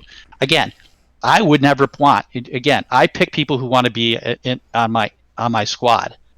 If you don't want to be here, you're not coming here. Fine by me. But I'll tell you this though: if I'm in a position and there's a key position, and I know that it's what I need to make my team great, and I need you for that thing, I don't care whether or not you want to play. I would put you in. I would draft you, and I would put you in a position to deny it. So let me ask you because a follow-up I'm not going to blow by a guy of high value that's Right. going to help my team because you think, oh, I think I deserve not to be here. Well, let me spin that a little bit and ask you a follow-up question. Then I'm going to go to Coach because I totally skipped Coach. And Coach, I'm sorry, I apologize for that, but I'll get to you right after Alan. So I'm a rookie, and I'm talking to 3, 4, 5, 6 different teams, and I've been talking to them for weeks, and everybody's, I'm staying in contact with them. And then a few days before the draft, a team that I've never talked to before comes out of the blue, maybe even on draft day, and says, "We're drafting you." And you're like, whoa, wait a minute. I've already got all these other relationships set up. I've never even talked to you. I don't know anything about you, your franchise, your team, or anything. I would rather not come to your team. You think that person should be labeled the way that you just mentioned?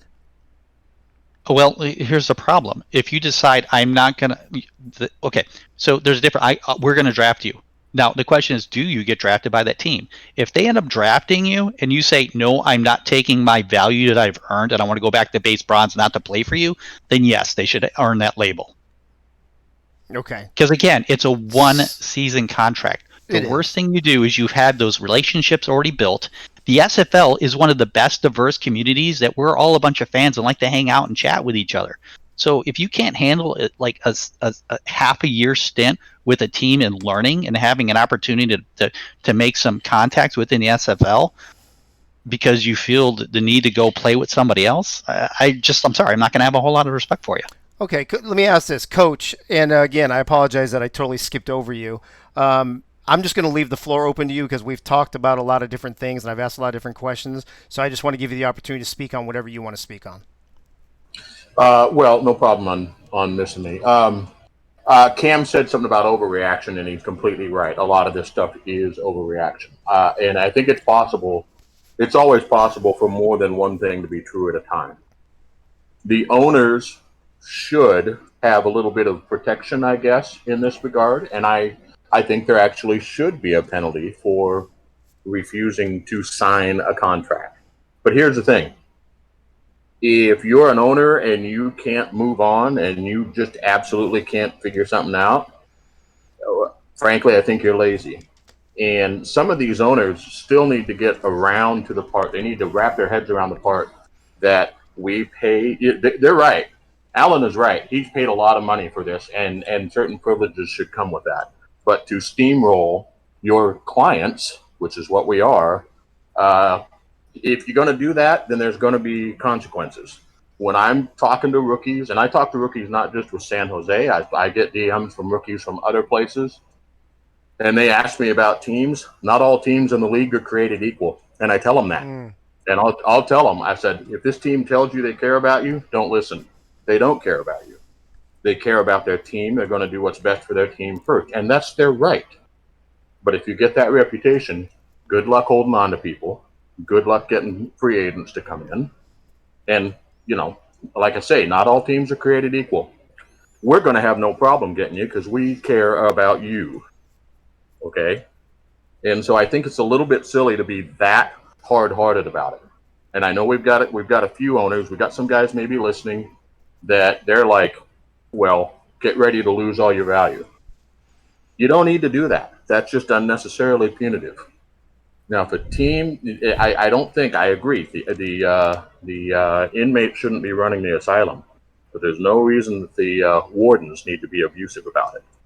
And like Charles said, move on. Create a board, move on.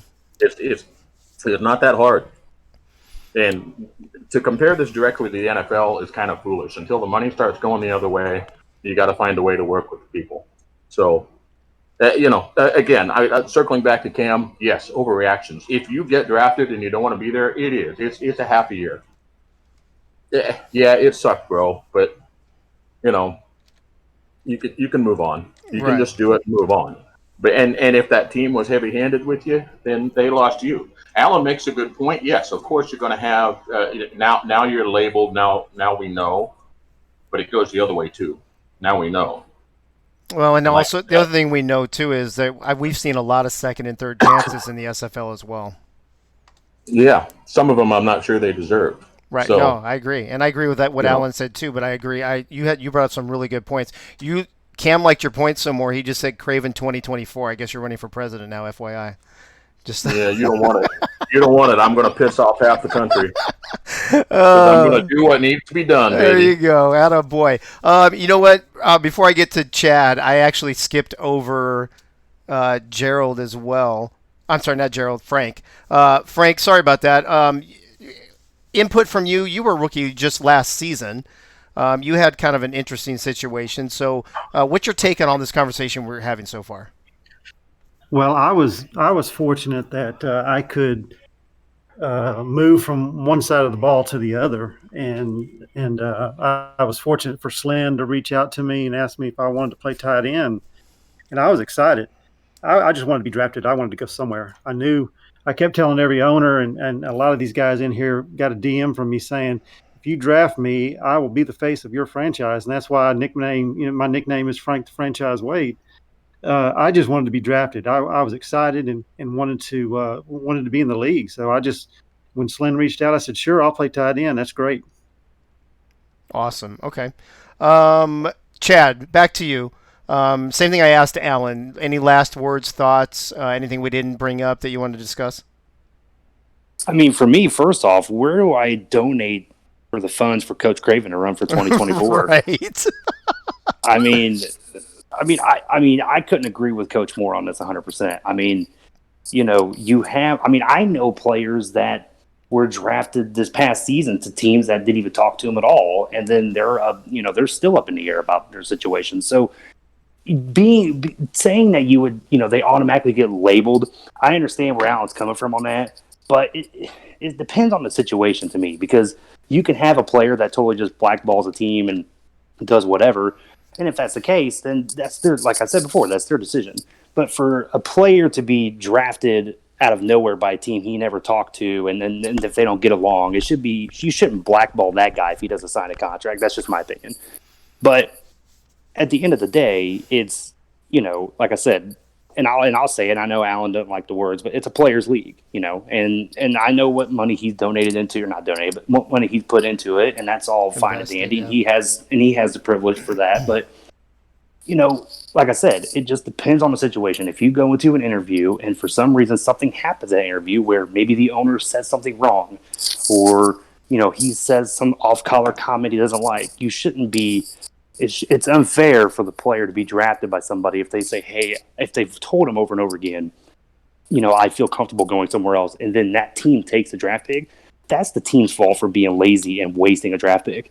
And especially if you're like at the top of the board or whatever, then you just wasted a really high value draft pick on a guy you knew wasn't going to sign anyway. Right. I agree with that. Eddie Gage, no, I didn't. But we're still friends, though. You're hilarious, bro. I'm coming back to you in a second. Charles, last thoughts from you, or anything that maybe we didn't touch on that you wanted to mention? Well, it goes both ways. I mean, what's to say a team has been talking to a rookie saying, we're going to draft you, and then they change their mind. I mean, it goes both ways. Right. From my standpoint, I mean, to Cam's comments, just everybody pump the brakes. I mean, if somebody don't want to play for your team, I think the world is not going to end. That's the reason why you have a draft board and you go on to other positions. I'm not from the school of thought that there's one player that's going to make your team, a championship team or not. It's all part of the entire equation. If you can't staff your team accordingly, then that's another issue. Don't take it out on the rookie that don't want to play for your team. If a rookie don't want to play for your team, maybe you should start looking inside at yourself and your locker room and figure out what you need to do better. Great point. Charles, Eddie, now you're up. Any last words or thoughts from you? First of all, Dave, thank you for this show, for giving everyone this platform to speak their opinions, because at the end of the day, opinions from both sides of this matter and are important to talk about, no matter what side of the fence you fall on with this issue. That said, I want to thank Coach and everyone else down there, because I don't have connections to those locker rooms and that gen chat over there, wherever it is those guys have in SFLm. So for Coach Craven, and all the guys down there and the minors who keep in touch with me about free agents that they think would be a good fit for my locker room, thank y'all in advance, because y'all are always looking out for me, and I appreciate it, even though we play on different teams. At the end of the day, it's all a brotherhood, and I appreciate y'all for reaching out who you think would be a good fit for my team. Alan has good point. I mean, everyone has good point of why they, I mean, at the end of the day, people are going to have their reasoning why they feel the way they do. I can tell Alan is very passionate and emotionally invested into his belief, and that's fine for him. And in this particular case, we just happen to disagree on a number of fronts. But I mean, it's okay to disagree. That's why we have fun to speak on and voice our opinions. I mean, it's like red and blue, I guess. But yeah. So yes, it's a players' league, but yes, they shouldn't run the asylum. So we shouldn't abuse power either. So that goes both ways. Yes, they pay. Yes, everyone's paid today. I mean, we're not paying a damn King's ransom or anything like that. Hell, like I told Cam, hell, he should be charging more. But that's another story for another day. For all we getting out here. But that said, yes, I do hope that guy falls to me. I'm gonna be happy as hell if he does. There's a couple of guys I'm looking at actually that I'm hoping I get. But I just have to wait and see what happens. Man, this is tough. I mean, dude. I mean, yes. I mean, to Alan's point, if he's gonna draft a guy that he doesn't care if he's happy, doesn't want to come there or not, you're gonna have a cancer in your locker room all season, and he's just gonna be upset because he's somewhere he doesn't want to be. Now, on the flip side, just like someone else mentioned, he may end up liking it, like being there, and wanting to stay and re-sign. You just never know. Right. There was a guy I was targeting. He didn't necessarily commit to me targeting, and he went to another team. He said at the end of the year, I come sign with you. Turns out he didn't. So that works both ways. Now to answer another question, anyone in Arizona will tell you, if I draft you as a rookie, or if you're a free agent or whatever the case may be, team, the only way you leave my team, I would never remove you from our locker room unless you miss, too many progressions, or your attitude in the locker room is something that's not professional, something like that. Other than that, I would never cut a black guy if they want to return, or female. If they want to return, the door is always open. I would never remove that guy. So I say all that to say this: yes, they can end up going somewhere else and coming to the team the next season, but I'm not gonna cut that player that I drafted, to get that guy that I wanted the first time around. Because in Arizona, I don't do that. You only leave if you want to leave. I would never cut you unless you're missing progression or something like that. So, or your behavior and chat or whatever the case may be. Other than that, I don't cut players. They leave because they choose to leave or they retire, whatever the case may be. So yes, Alan, dude, I respect your opinion. I just happen to disagree. And coach and everybody else over there in the SFLm who hooking me up, man. I appreciate the love and keep them coming because you never know what I need. That's all I got. I'm going to go to Gerald next and then Nacho. But before I do, Mark Chisholm is in the house, ladies and gentlemen, and I'm sorry, in the chat. And I just wanted to read his comment. He said, as an owner who has been through this exact scenario more than 3 times in 2 different drafts, I care too much about the other guys in my locker room to ever pick a guy who doesn't want to be there. It is a privilege to be in my locker room. The 5 guys who turned myself and Marcus down never got their names spoken. It didn't matter who they were. And like Coach said, all franchises are not created equal. # leadership matters. Gerald, what do you think about Mark's comment, first of all? And then do you have any other, anything else that you wanted to touch on that maybe we missed out on? I'm glad you read Mark's comments because I was going to read it had you not. Because that is a perfect indication of a guy, who has obviously been in this league a very long time. He's obviously a championship winning owner and stuff like that. Knows how to build a team and stuff like that. And it just shows just from his comments how much he respects his playing a lot. In the locker room to not put those players in an awkward situation with a guy or gal who doesn't want to be a part of that their particular team. So they just went ahead and passed on him, which is something that me and my staff had done last draft, and we will probably do in future drafts. So I don't like I said, a lot of guys have a bunch of different opinions on it, and I respect Alan's opinion on everything, because I think he differs from most of us that are on the making comments right now, but yeah, I don't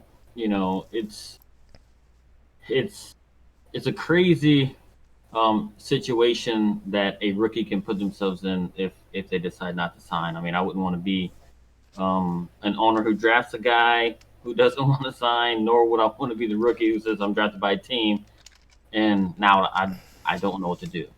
So, but lastly, I want to say to guys like on that are on my staff, who are on the Salt Lake City staff, which is Frank, Ross, Matt Fennick, and Mike Twinscrew. Congratulations to those guys for making the SFLm playoffs. So shout out to them. So, yep, that's all I got. Okay, awesome.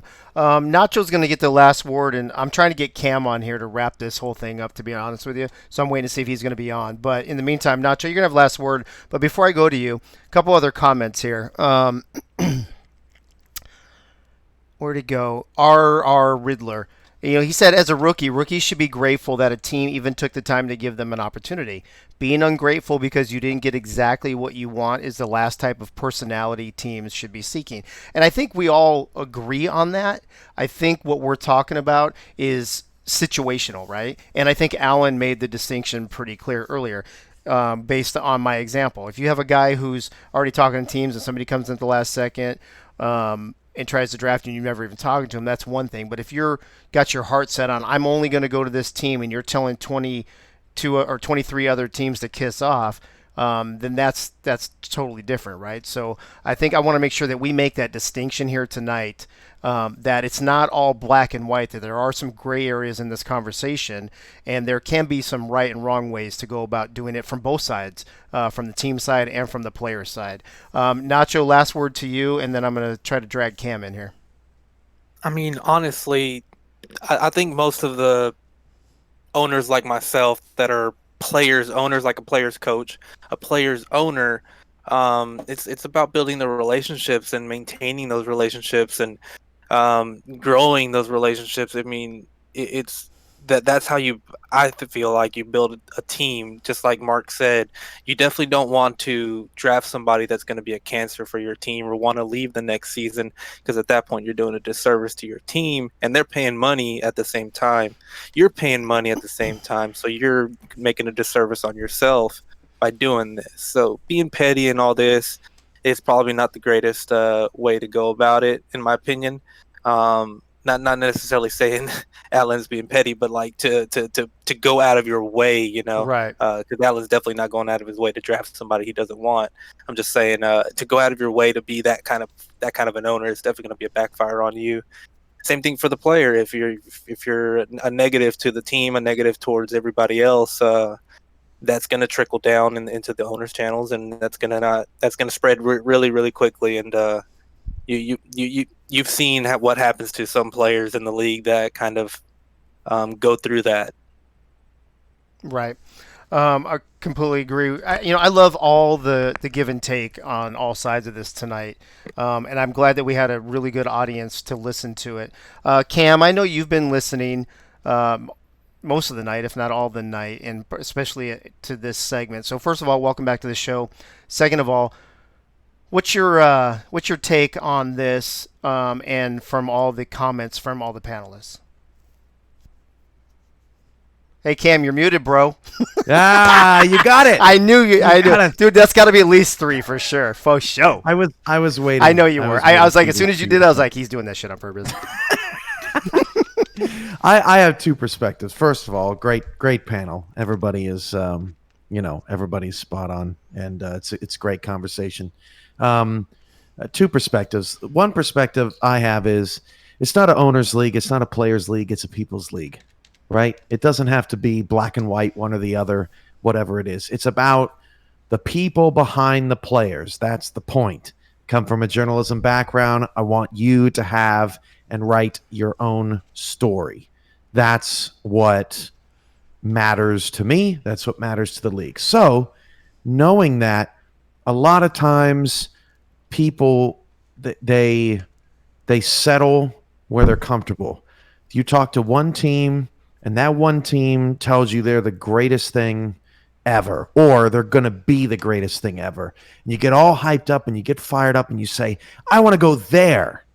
Then you shut down.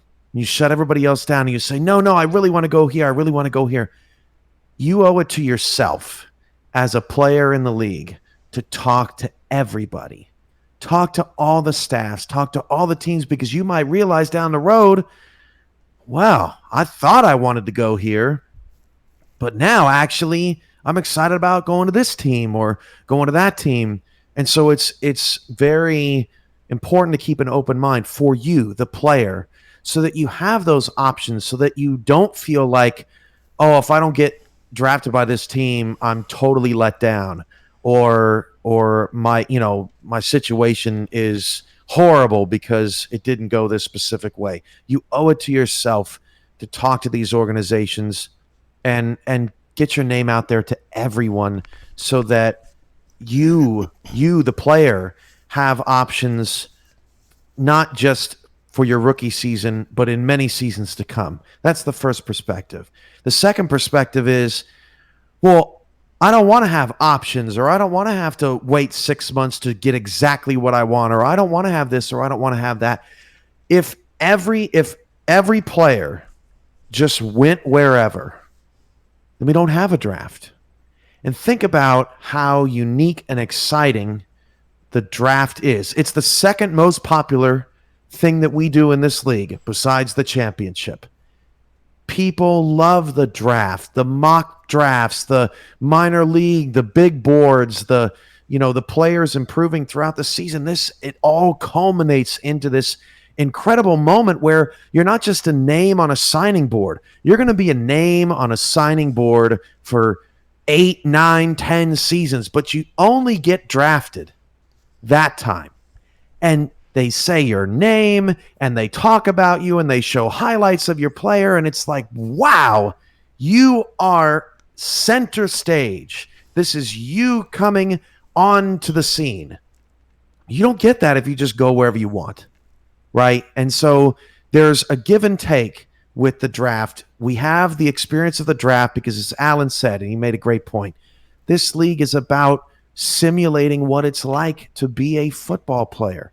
And when you are a football player, whether it's coming out of the minors or coming out of college or coming out of indoor, wherever, you're just part of the experience is getting that first burst, that first opportunity, that first team, that's sort of like a first love, so to speak. But it doesn't, it's not the end of the world. And it doesn't mean that has to be what your entire career is, et cetera, et cetera. And it's about providing that experience. And we wouldn't be doing that if we didn't have a draft. And so with a draft comes a little give and take, right? You don't necessarily control your destiny. You should be out there if you just, if the opportunity, if one opportunity pales in comparison in terms of it being, bad or not as good as all the others, you should say, I really have a lot of other great opportunities, and I would rather hope that those occur. But you shouldn't be out there saying, nope, I'm going somewhere. I've got a team. I've got a team, one focus, one mindset, because you just put yourself in a box and you're not really experiencing all that the league has to offer, because there are so many good people in the league, and it's about getting to know them as well. So there's two very big perspectives there, and obviously the panel shared a lot of different ones, which was great. But that's so important for the player to know. This isn't about taking control away from your career. This is about trying to give you something that you otherwise would not be able to experience if you just got whatever right off the jump. And so it's certainly a balance. Yeah, I agree with all that. There is a small catch-22, I think, in us telling players reach out to as many GMs and owners and what have you as you can and get to know them all. And then once they get to know them, they can start kind of saying, oh, I like these guys better than these guys. I like this better about this team. But then when they go to tell a team, I like these teams better than you, then you're black labeled or something, right? So there's that gray area that we talked about before, and I think you just hit on it perfectly too, Cam, is that it's from both ends, right? It's from the team perspective. You got to be able to roll with the punches, and as a draftee, you need to be able to be willing to have more than just one option of a team to go to. So I think go ahead. Yeah, you're also building for the future too. Like let's say you're a wide receiver, right? And you might have some particular opportunities that look better than others, but what about in free agency? What if the team you really want to go to doesn't have any wide receiver spots open? Well, are you just not going to talk to them, right? You want to keep that relationship going, and maybe you do get there when they do have an opening one off season down the road. So it's not all about the here and now. We're not going anywhere. Been doing this for 8 years, So it's about sort of that play to kind of get in front of everybody. But I get what you're saying, Dave, for sure. Right. Okay. Cam, thanks for coming in at the last minute and kind of putting the bow on this whole show tonight. I appreciate that. Thanks to Alan for not only being on the show, but actually bringing up this topic in the chat, in the Access Live server to begin with. Chad, Charles, Coach, Eddie, Frank the Franchise, Wade, Gerald Smith, Nacho, Tyler, and I think Jack had to bug out. Thank you to everybody that was on the panel tonight. Before we actually wrap it up, I do want to throw up on the screen one more quick time. 2 weeks from tomorrow, don't forget Tyler Falk's debut of NETMA. More information coming soon, but in the meantime, keep that in the back of your head. And then for everybody in the chat, thanks for sticking it out with us. Another long show, another 2-hour show. These are becoming a habit with all the topics that we have coming up in the off season. So thanks for everybody chiming in. I love the interaction in the chat. Thanks for sticking it out the 2 hours. Again, thanks to everybody on the panel. Cam, thanks for coming out the last second. And we'll see you everybody on Thursday night when we're going to break down the SFLm playoffs that are kicking off tomorrow night. So have a glorious night. And until Thursday, I'll see you at the tees.